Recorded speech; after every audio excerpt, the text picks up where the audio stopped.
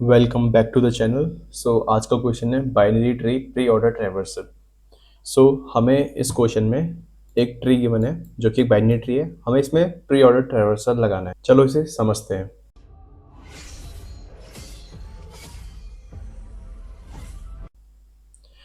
Pre order traversal में होता है कि पहले हमें नोड प्रिंट करनी होती है, फिर उसकी हमें लेफ्ट साइड ट्रैवर्स करनी होती है, फिर उसकी राइट साइड ट्रैवर्स करनी होती है।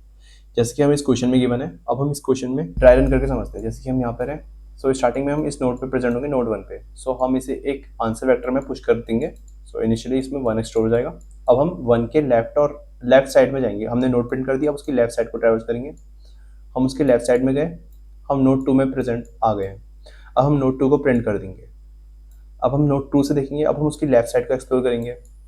जब हम उसकी लेफ्ट साइड पे आ गए तो हम नोड 4 पे प्रेजेंट है। अब हम नोड 4 को प्रिंट कर देंगे और कह सकते हैं हम आंसर पुश कर देंगे। ठीक है, अब हम 4 से उसकी लेफ्ट साइड जाएंगे। अगर लेफ्ट साइड प्रेजेंट नहीं है, जैसे कि यहाँ पर नल है लेफ्ट साइड, हम ट्रैक बैक करके 4 पे वापस आएंगे। अब हम उसकी राइट साइड डिस्कवर करेंगे। हमने 4 की राइट साइड देखी, वो भी एम्प्टी है, तो हम यहाँ से भी ट्रैक बैक होंगे। अब हम 4 से वापस जाएंगे 2 पे। अब हम 2 से उसकी राइट साइड डिस्कवर करेंगे, क्योंकि हम यहाँ पर नोड लेफ्ट देन राइट को फॉलो कर रहे हैं। अब हम नोड 5 पे प्रेजेंट है, हम नोड 5 को प्रिंट करेंगे। उसके बाद हम 5 की लेफ्ट साइड डिस्कवर करेंगे। अब हम नोड 6 पे प्रेजेंट है, अब हम 6 को प्रिंट कर देंगे। फिर हम इसकी लेफ्ट साइड जाएंगे और इसकी राइट साइड जाएंगे, जो कि दोनों एम्प्टी हैं। फिर हम इससे ट्रैक बैक करते हुए 5 पे आएंगे। अब हम 5 की राइट साइड जाएंगे, जो कि हम एक ऑर्डर को फॉलो कर रहे हैं, जो हमारा प्री ऑर्डर है। अब हम 7 पे आए, हम नोड 7 पे प्रेजेंट है, हमने नोड 7 प्रिंट कर दी। फिर हमने 7 से लेफ्ट साइड डिस्कवर करी, जो कि एम्प्टी है। हम यहाँ से रिटर्न बैक हो जाएंगे। Same goes with the right side. हमने राइट साइड देखी, जो कि नल है, हमने यहाँ से भी ट्रैक बैक कर दिया।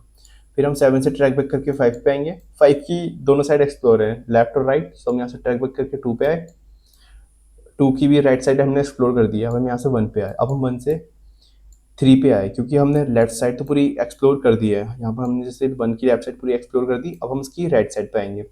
हम राइट साइड पे हमने 3 पे प्रेजेंट है, हम 3 को प्रिंट कर देंगे। अब हम इसकी लेफ्ट साइड जाएंगे, जो कि अभी प्रेजेंट नहीं है, जो कि एक नल है, तो हम यहाँ से रिटर्न करेंगे, वापस आएंगे। अब हम 3 से उसकी राइट साइड जाएंगे।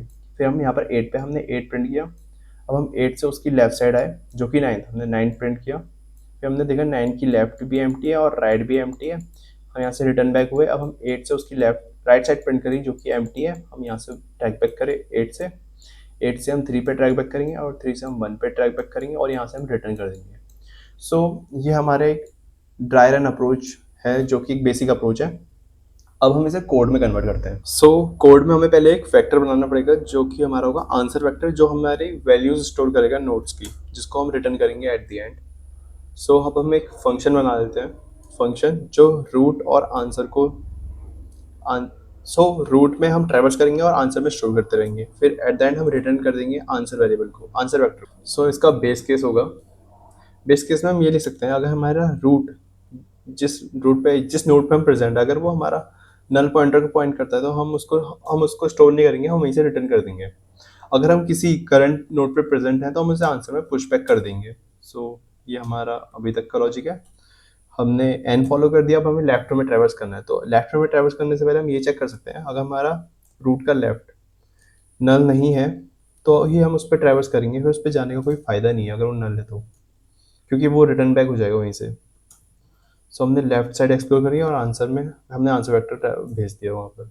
फिर सेम जब वो पूरा लेफ्ट साइड को ट्रैवर्स कर देगा, उसके बाद वो उस करंट नोड की राइट साइड को ट्रैवर्स करेगा। सेम लॉजिक उसमें भी लगेगा, नल पॉइंटर को पॉइंट नहीं करना चाहिए, और हम फंक्शन में एक्सप्लोर कर देंगे उसकी राइट साइड, और फिर हम आंसर में उसे स्टोर करा देंगे एट द एंड। हम कोड सबमिट करते हैं।